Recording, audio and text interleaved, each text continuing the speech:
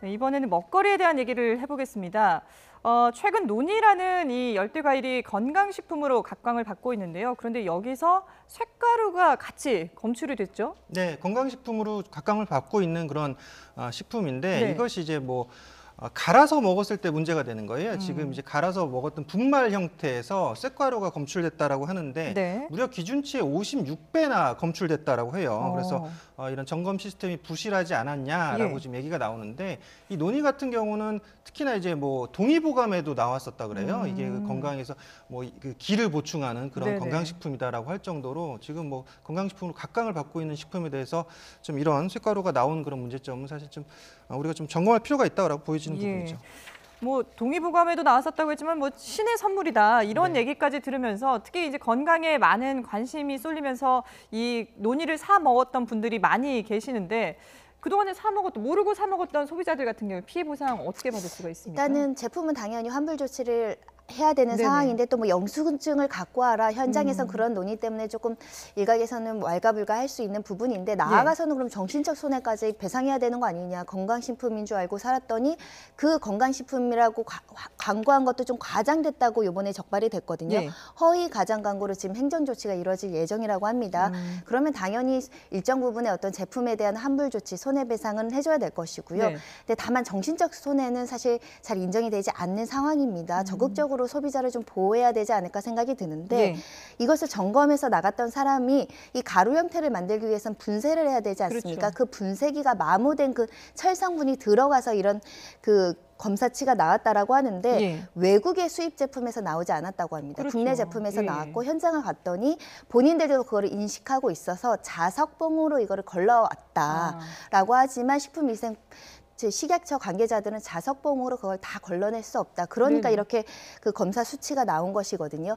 결국 인식하고 있는데 관리부주의라든가 어떤 업무를 제대로 하지 못해서 이런 기준치를 넘는 게 나왔다고 한다면 예. 사실 소비자들에 대한 어떤 보상 정책은 반드시 시행해야 되지 않을까 생각이 들고요. 예. 지금 판매되지 않은 9개 제품은 모두 회수, 폐기 조치한다라고 합니다. 네. 근데 이 논의 파동도 있었지만 한 대형마트에서 판매하는 라면에도 이 후쿠시마산이라는 것이 알려지면서 또 네. 논란이 불거졌다고 하죠. 네. 그래서 지금 업체 측에서는 부랴부랴 좀 판매를 취소한 그런 상황인데 이게 예. 실제로는 뭐 100km 정도 떨어진 후쿠시마에서 떨어진 지역에서 뭐 만든 제품이다라고 뭐 얘기를 했다라고 해요. 예. 근데 결과적으로 봤을 때는 이제 이 소비자들 입장에서 이게 원산지 표시가 제대로 되어 있지 않았다, 네네. 우리가 속았다 이런 부분에서 우리 건강이 우려가 된다 이런 부분이 이제 제기가 되고 있는 것인데 뭐 원산지 표시를 뭐 일부러 뭐 한자로 표기를 해가지고 잘 알아보지 못하게 뭐 했다라는 그런 얘기도 있고요. 네. 그래서 이런 부분에서 좀 주의할 필요성이 있는 부분이긴 하죠. 예. 그러니까 이 후쿠시마에서 원전 사고가 있었기 때문에 방사능에 대한 그런 불안 때문에 이런 논란이 불거진 게 아닌가 싶은데, 근데 문제는 이 라면을 계속 판매를 하고 있다고 하던데요. 네, 그래서 일부 마트에서는 지금 판매를 중단하겠다라고 얘기를 하는데 그래서 이 회사가 어떤 사람이 운영하는지 좀 관심이 증폭이 됐습니다. 예. 확인을 했더니 또 수입업자가 일본 회사라는 겁니다. 일본 회사가 후쿠시마에서 만든 이 라면을 국내에서 팔고 있다라고 하는데 예. 문제는 이 업체의 그런 법률적인 책임이 있을 것이냐를 따져봤을 때는 없을 가능성이 있습니다. 첫 예. 번째는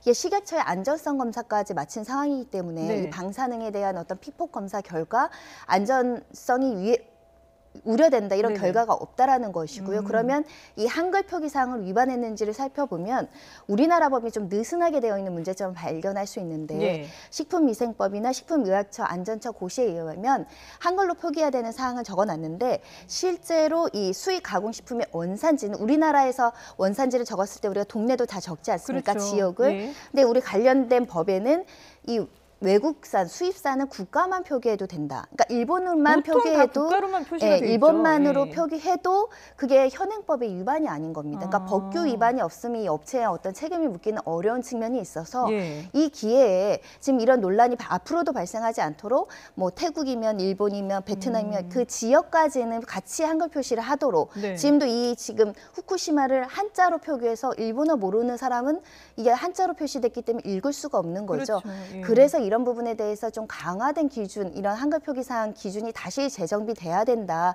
이런 목소리가 높습니다. 예. 근데 사실 이 해외에 구체적으로 지명까지 넣는다 하더라도 그 지명을 모르는 분들 같은 경우에는 그냥 모르고 사 먹기가 쉬울 것 같은데 이런 부분은 조금 더 원천적으로 좀 고민을 해볼 필요가 있을 것 같네요. 우리가 예. 수입산도 요즘에는 뭐 세계적으로 왕래도 많기 때문에 예. 그 지역이나 특성이나 그 지역에서 무슨 이런 원전 사고가 나거나 무슨 사건 사고가 있었을 때는 전 세계 뉴스를 또 알 수 있습니다. 그래서 예. 적어도 과거하고는 달라졌기 때문에 원산지 표시에서 그 수입 제품도 국가와 지역명을 같이 명기하는 게 소비자의 선택권을 보장하는 것이 아닐까 생각이 듭니다. 예, 알겠습니다.